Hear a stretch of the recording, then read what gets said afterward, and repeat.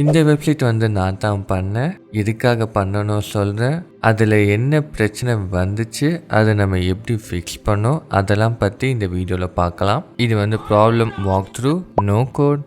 ஆரம்பிக்கலாமா? இது நாங்கள் எதுக்காக பண்ணோன்னா வந்து இந்த மாதிரி யூடியூப் வீடியோ, ஷார்ட் வீடியோவில் நீங்கள் பார்த்தீங்கன்னா yj.li/ இந்த மாதிரி லிங்க் மாதிரி நாங்கள் கொடுப்போம். இதுக்காக தான் நாங்கள் அந்த ஷார்ட் டொமைனே பண்ணோம். ஈஸியாக ரிமெம்பர் பண்ணி வச்சுக்கிறதுக்காக தான்.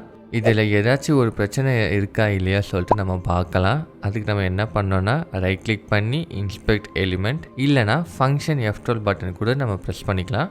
அதுக்கப்புறமா நெட்வொர்க் டேப், பேஜை நம்ம போய் ரீலோட் பண்ணலாம். 3 செகண்ட் ஆகுது. திருப்பி நம்ம ரீலோட் பண்ணலாம். 1 செகண்ட், 1 more டைம், திருப்பியும் வந்து 1 செகண்ட் தான். இப்போ நம்ம வந்து புது டேப்பில் yj.li/youtube மாதிரி நம்ம போடலாம்.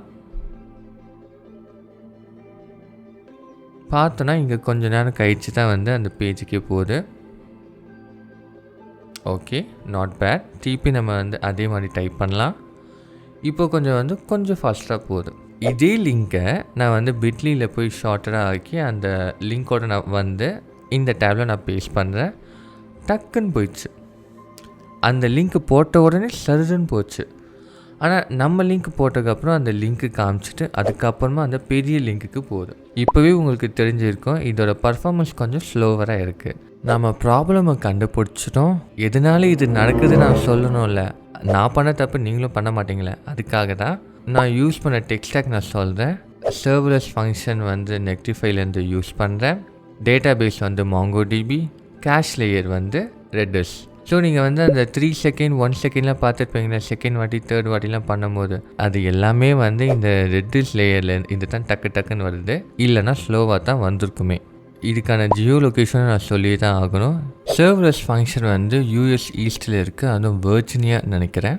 நான் சும்மா கூகுள் பண்ணி தான் பார்த்தேன். இன்னொன்று வந்து MongoDBயும் இந்த Redisம் வந்து எங்கே இருக்குன்னா இந்தியா, மும்பையில் இருக்குது. ஏன்னா நான் செலக்ட் பண்ணி நான் அப்படி தான் போட்டேனே.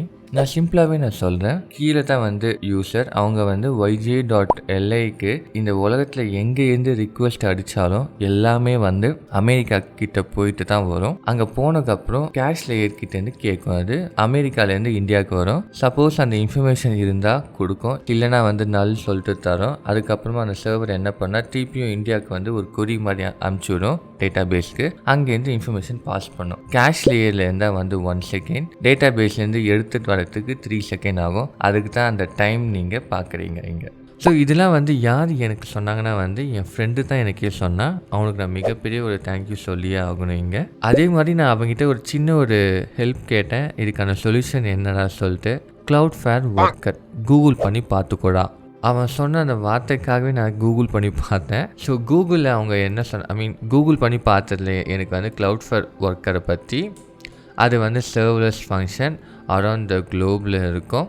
ஆனால் இங்கே வந்து என்ன பிரச்சனைனா, இதுக்கான MongoDB டேட்டாபேஸ், கேஷ் லேயர் ரெண்டுமே வேலை செய்யாது. ஆஹா, நான் பண்ணது அப்போது வீணாக போச்சு நினச்சிட்டு இருந்தேன். ஆனால் கவலையே இல்லை. அவங்களே வந்து ஒரு டேட்டாபேஸ் சொல்யூஷன் மாதிரி தராங்க. அதாவது அது பேர் என்னென்னா வந்து ஒர்க்கர் கேவி அப்படின்னா ஒன்றுமே இல்லை, கீ வேல்யூ பேர் பேசிக்காக. அது வந்து ஓகே அப்படின்னா நான் திருப்பியும் ஸ்க்ராட்ச்லேருந்து ஆரம்பிக்கணும்னு சொல்லிட்டு ஆரம்பித்தேன். நான் ஒரு விஷயத்த சொல்ல மறந்துட்டேன். அது என்னென்னா வந்து MongoDBயும் Redisம் வந்து சப்போர்ட் ஆகிருக்காது நான் சொல்லியிருப்பேன். அதுக்கான காரணம் என்னென்னா வந்து Cloudflare வந்து ப்ரௌசர் பேஸ்டு கோடு தான் சப்போர்ட் பண்ணோம்.